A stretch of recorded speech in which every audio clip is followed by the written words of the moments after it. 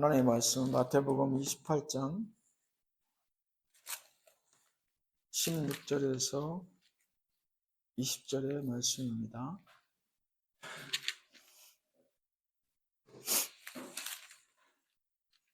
마태복음 28장 16절에서 20절 말씀. 근자에 본 말씀 중에서 가장 짧지 않나 싶은데요.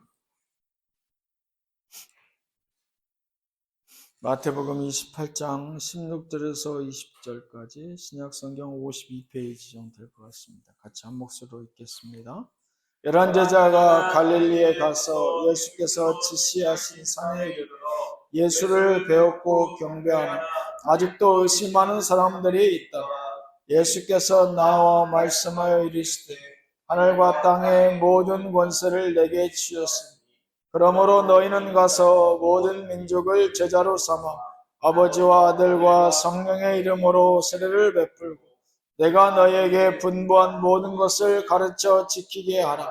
볼지어다 내가 세상 끝날까지 너희와 항상 함께 있으리라 하시니라. 아멘. 기도하겠습니다.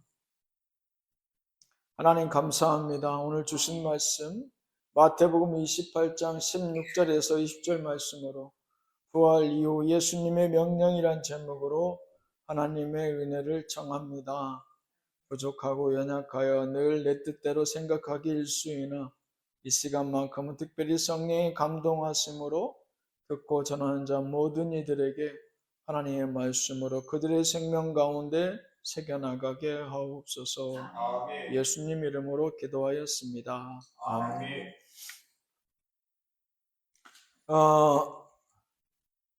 지난 주간에 한 목사님 전화가 와서 물론 이제 인사자 안부차 물어보는 첫 마디인데 목사님 밥은 굶지 마세요. 그래요? 그래서 이게 또 갑자기 뭔 소리를 하려고 이런 소리를 하나. 말 한마디가 중요하다. 그 한마디가 참 위로가 된다. 그러면서 동시에 하나님께서 이 모든 상황 가운데 함께하고 계시는구나 하는 생각, 그리고 우리의 상황들을 하나님께서 다 알고 계시구나 하는 하나님의 음성으로 저는 곧잘 들려요. 이제 그런 한두 마디의 인사치레의 말이지만 그런 말들도 그냥 허투루 들리지 않습니다. 우리의 상황이 어려워질 때 우리는 예민해지죠. 근데 우리가 육신적으로, 정신적으로, 감정적으로만 예민해질 것이 아니라 우리의 영적인 부분에서 하나님의 음성에 더더욱 예민해질 필요가 있습니다. 하나님 그래서 사실은 이스라엘 백성을 가나안 땅으로 인도하실 때에 광야로 그들을 주장하셔서 하나님만 바라보게 하시거든요. 근데 인간들은 뭐라고 얘기합니까? 하나님은 하나님만 바라보게 하기 위해서 광야로 인도했는데 그들은 우리를 모세로 하여금 애굽 땅에서 죽을 곳이 없어서 광야로 우리를 인도했느냐, 이런 불평불만하거든요. 그러니까 하나님께서 원하시는 생각과 그 인간이 생각하는 그 생각 사이에 그 갭이, 간극이 굉장히 넓어요. 그래서 금식이라든가 아니면 상황이 어려워질 때일수록 자꾸만 누구의 편에? 하나님의 편에 서서 그 사고를 갖고자 하는 게 중요합니다. 기도도 마찬가지죠. 우리의 상황이 어려워질 때 내가 소망하는 간절한 무언가의 기도가 제목이 있을 때 늘 나의 편에 서서 생각하기보다는 하나님의 편에 서서 왜 이러한 상황들을 나에게 허락하시는 것일까라고 생각하면 훨씬 이해가 빠르죠. 그렇게 얘기하는 목사님 앞에서 누구 빈정거리는 거야? 약 올리는 거야? 이렇게 부정적으로 생각할 수 있지만 하나님 편에 서서 생각하면 그 말 한마디에도 큰 감동이 있고 위로가 되는 것이죠. 그래서 우리의 삶 가운데서 누구의 편에 서서 생각하고 이해하려 드느냐? 그래서 광야 40년 동안 그저 하나님 앞에 불평불만으로 일관하다 생을 마감할 것이냐, 아니면 감사함으로 그 가정 전쟁에서도 여호수아와 갈렙처럼 하나님 앞에 인정받는 자로 바로 세움받을 것이냐, 우리가 한 번쯤 생각해 봐야 될 시점입니다.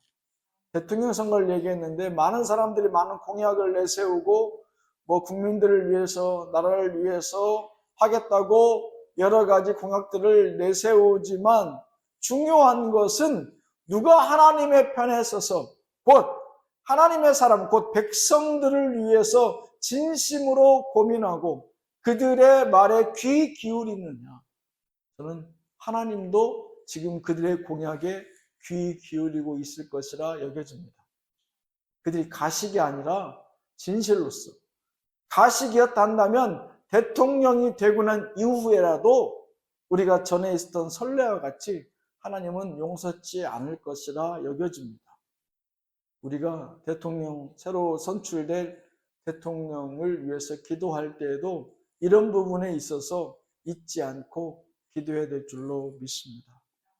예수님께서 십자가에 돌아가신 후에 3일 만에 부활하시고 다시금 제자들 앞에 성경에는 한 11번에 걸쳐서 예수님이 부활 이후에 등장하십니다.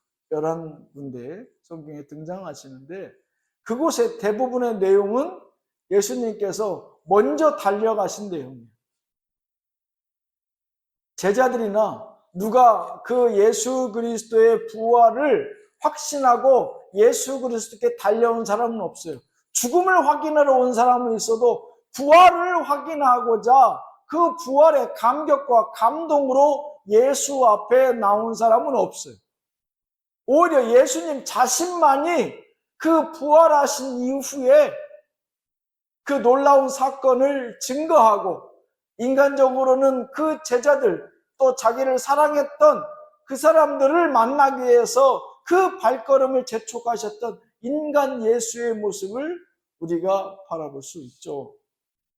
우리가 그 중에 한 구절인 오늘 마태복음 28장 16절에서 20절의 말씀은 무엇보다도 예수님께서 철저하게 인간적인 감정은 내려놓으시고 그들에게 정말 하고 싶으셨던, 그들에게 이제 40일 후에 부활 승천하신 이후에 맡겨놓으실 이 땅의 지상 명령, 사명을 감당해 주었으면 하는 그런 간절함을 담아 말씀하신 내용이 바로 우리가 읽으셨던 마태복음 28장 16절에서 20절의 말씀입니다. 이 말씀 가운데 부활 이후 예수님의 명령이라는 제목으로 우리가 한 번쯤 생각해 봐야 될 내용들을 한 5가지 정도로 정리해 봤습니다.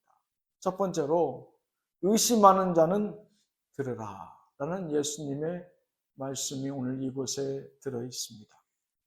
11제자가 갈릴리에 가서 예수께서 지시하신 산에 이르러 예수를 배웠고 경배하나, 이게 반전이에요. 여러분, 이 얘기가 맞는지 잘 모르겠어요. 예수를 배웠고 경배하나 아직도 의심하는 사람들이 있더라. 그럼 제자들이 지금 배웠고 경배한 대상은 누구예요? 살아나신 예수예요? 아니면 그들이 잘못 보고 있다는 귀신이나 아니면 다른 것으로 지금 반절은 생각하고 있는 거예요.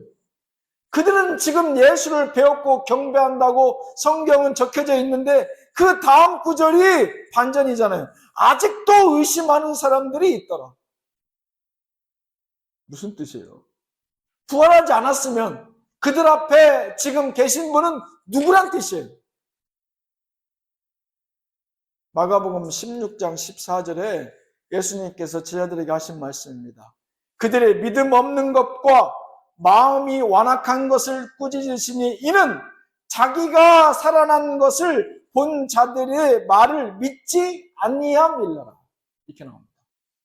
곧 부활을 믿지 않는다는 것은 믿음이 없는 것이요 완악한 것이라 곧 죄니라. 이렇게 얘기해요. 예수님께서.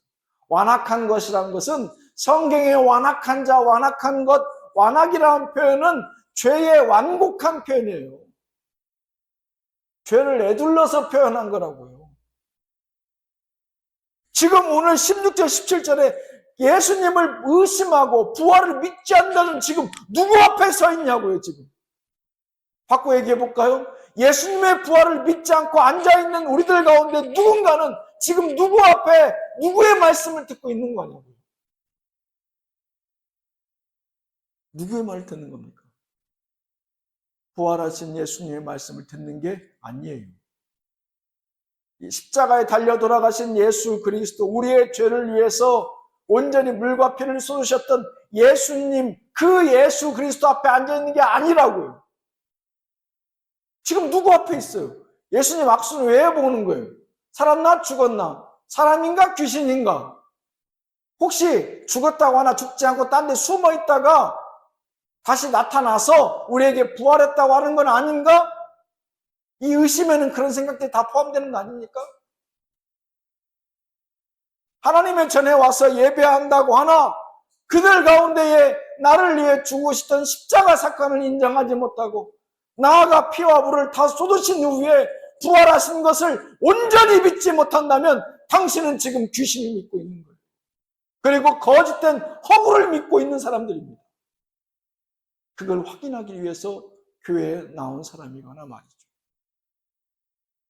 오늘 예수님께서 의심하지 말라고 말씀하십니다. 이 상황 가운데에서 예수님께서는 이 모든 그들의 마음을 헤아리고 이미 다 알고 계시죠? 근데 그런 예수님 오늘 18절에 무슨 말씀하십니까? 의심하지 말라! 이렇게 말씀하시지 않아요. 뭐라고 얘기하십니까? 예수께서 나와 말씀하 이르시되 하늘과 땅의 모든 권세를 내게 주셨으니 이렇게 말씀하세요. 이게 무슨 얘기예요? 그들은 나를 의심하지 못하고 죽었는지 살았는지 우리를 위해 죽었는지 살았는지도 믿지 못하는 그들 앞에 내가 살았다, 내가 귀신이 아니다 이렇게 말씀하시는 것이 아니라 예수님의 답이 선문답 같아요. 하늘과 땅의 모든 권세를 내게 주셨으니 누가 주셨습니까? 하나님께서. 지금 주어는 빠져 있어요. 하나님께서 내게 하늘의 예수 그리스도께 하늘과 땅의 모든 권세를 이제 위임하셨으니 이렇게 말씀하십니다. 곧 예수 그리스도의 십자가 사건 그리고 부활을 통해서 하나님께서 하나님의 그 전권을 예수 그리스도께 이 부활 사건을 통해서 나에게 위임하셨다. 곧 세상의 모든 온 우주를 통한 통치권과 마지막 세상 마지막 날 심판까지도 내가 감당하리라. 이 얘기입니다. 그런 나를 의심한다고? 그런 나를 인정하지 못하겠다고? 너희들이 이제 훗날에 분명 그러한 나를 확인해 볼 수 있을 것이다. 이렇게 말씀하시는 겁니다. 예수님께서 믿어라 믿어라 이렇게 얘기하지 않아요. 내가 3일 만에 죽었다가 부활할 것이다 라고 우리가 성경에서 확인해 본 것만 부활절 이전에 우리가 사순절에 보았던 내용만 3번이에요. 성경에 나와 있는 게 그때는 내가 죽었다가 3일 만에 부활할 것이다 이렇게 얘기했는데 부활하신 이후에는 논조가 바뀝니다.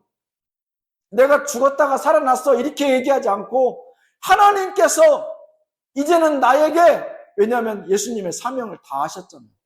우리를 위해서 십자가에 달려 돌아가셨고 3일 만에 부활하셨잖아요.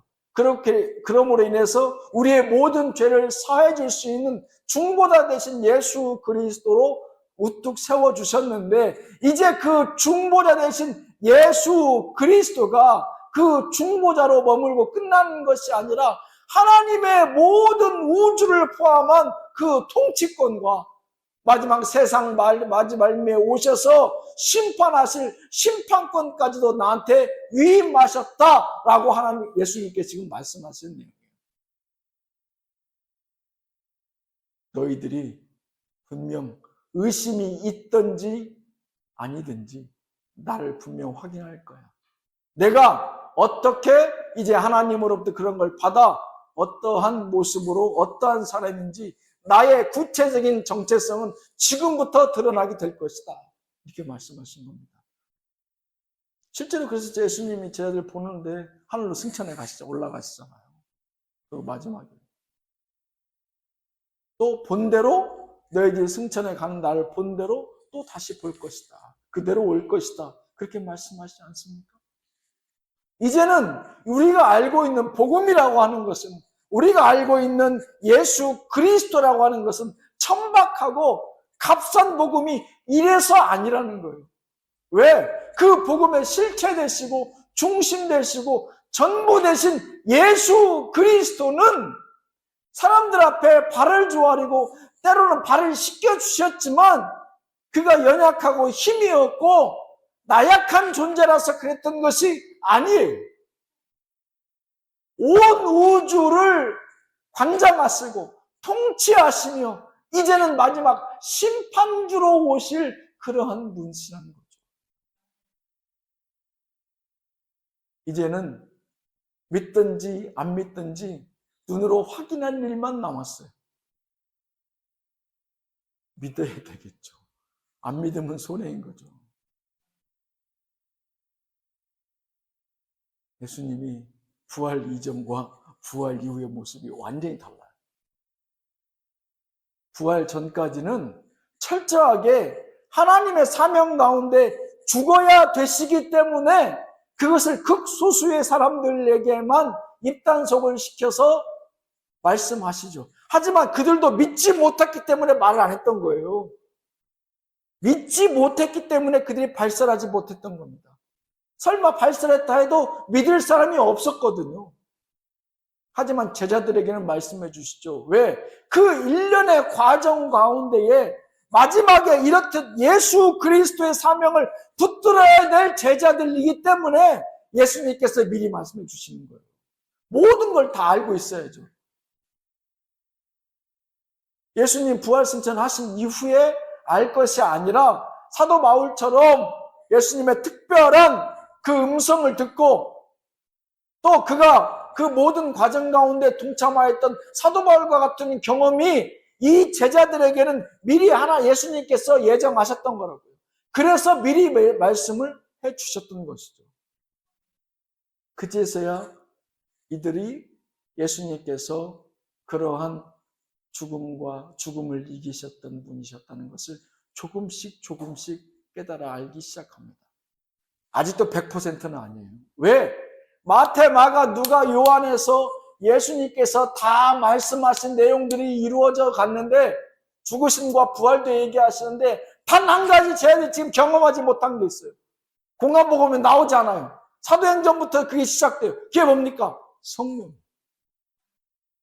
근데 예수님께서 이제로부터 성령에 대해서 구체적으로 얘기하기 시작하는 대목이 이 16절, 20절의 내용인데 어찌됐건 하나님께서 예수 그리스도 앞에 이 모든 정권을 위임하셨다.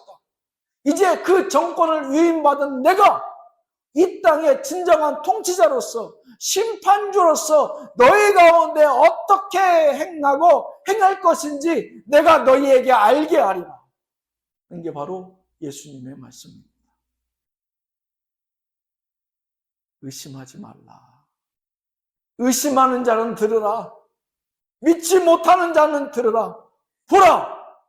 예수님께서 말씀하시죠. 이제부터는 정말 무서운 얘기입니다. 부활 전까지는 십자가에 달려 돌아가시 전까지는 어떻게 보면 예수님께서 달래고 좋은 얘기로 괜찮아, 그럴 수도 있지 이렇게 말씀하셨다면 부활 이후에는 상황이 바뀌어요. 예수님께서 하나님의 사명을 완전히 이루셨거든요. 그래서 그때로부터는 이제 예수 그리스도를 믿느냐 믿지 않느냐의 싸움이에요.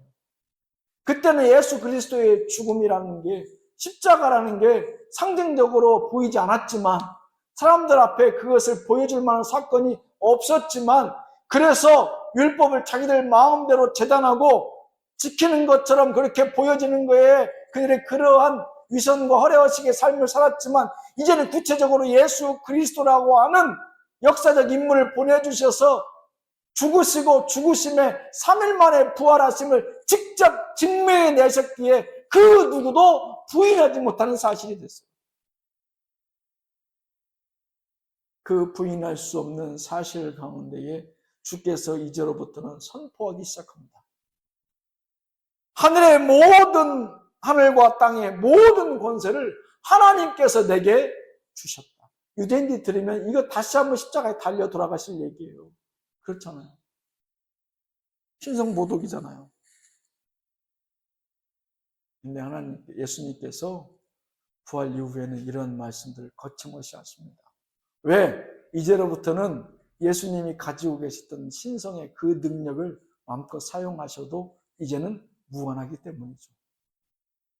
하나님으로부터 이 모든 정권을 위임받았고 본인이 중보자로서 모든 감당해낼 고난과 고통과 죽음을 다 감당하셨고 3일 만에 부활하셔서 영광 중에 소망되셨기 때문에 이제 이 백성들에게 남은 건 심판주 앞에 설 일밖에 안 남았어요. 믿을 것이냐 말 것이냐, 의심할 것이냐 믿을 것이냐, 그 선택만이 우리가 하는데 남아있다고요. 의심하는 자에게 더 이상 그 어떤 여지를 줄 그런 상황이 아닙니다. 이제는 더 이상.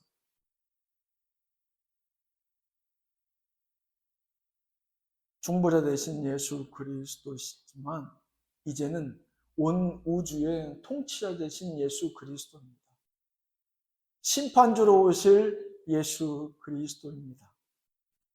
우리 가운데 왜요? 조금만 삶 가운데 내 뜻대로 풀리지 않아도 의심이 있고 나의 행함과 나의 믿음이 온전한지 우리는 곧잘 그래도 신앙이 있다 하면, 믿음의 연륜이 있다면 돌아보는 것이 우리 사실 아닙니까? 그럼에도 불구하고 가장 기본적인 예수 그리스도의 죽음과 부활에 대한 신앙을 점검해 보십시오.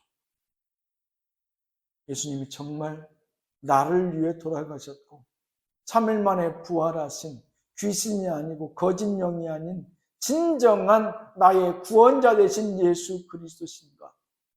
그분의 죽음과 그 부활을 100% 온전히 신뢰할 수 있다면 그분이 온 우주의 통치자인 것도 신뢰하셔서 우리의 소망과 기도 가운데 결단코 배신 없이 반드시 응답하여 주시리라 믿습니다. 기도하겠습니다. 주여, 주의 백성들 삶의 소망들이 있습니다. 어려움과 곤고한 날에 주를 바라보기도 합니다. 그럼에도 우리의 믿음 흔들리는 것은 다시 한번 그의 죽으심과 부활하심이 정녕 나의 삶에 흔들리지 않는 믿음으로 바로 세워져 있는지 돌아보게 하여 주시옵소서. 분명 그분께서 하나님으로부터 위임받은 그 정권으로 그 온 우주를 다스리는 그 통치권으로서 우리의 음성에 귀 기울이사 분명 응답하여 주시리라 믿사오니 우리의 믿음 끝까지 흔들리지 않도록 붙들어 주시옵소서. 예수님 이름으로 기도하였습니다. 아멘.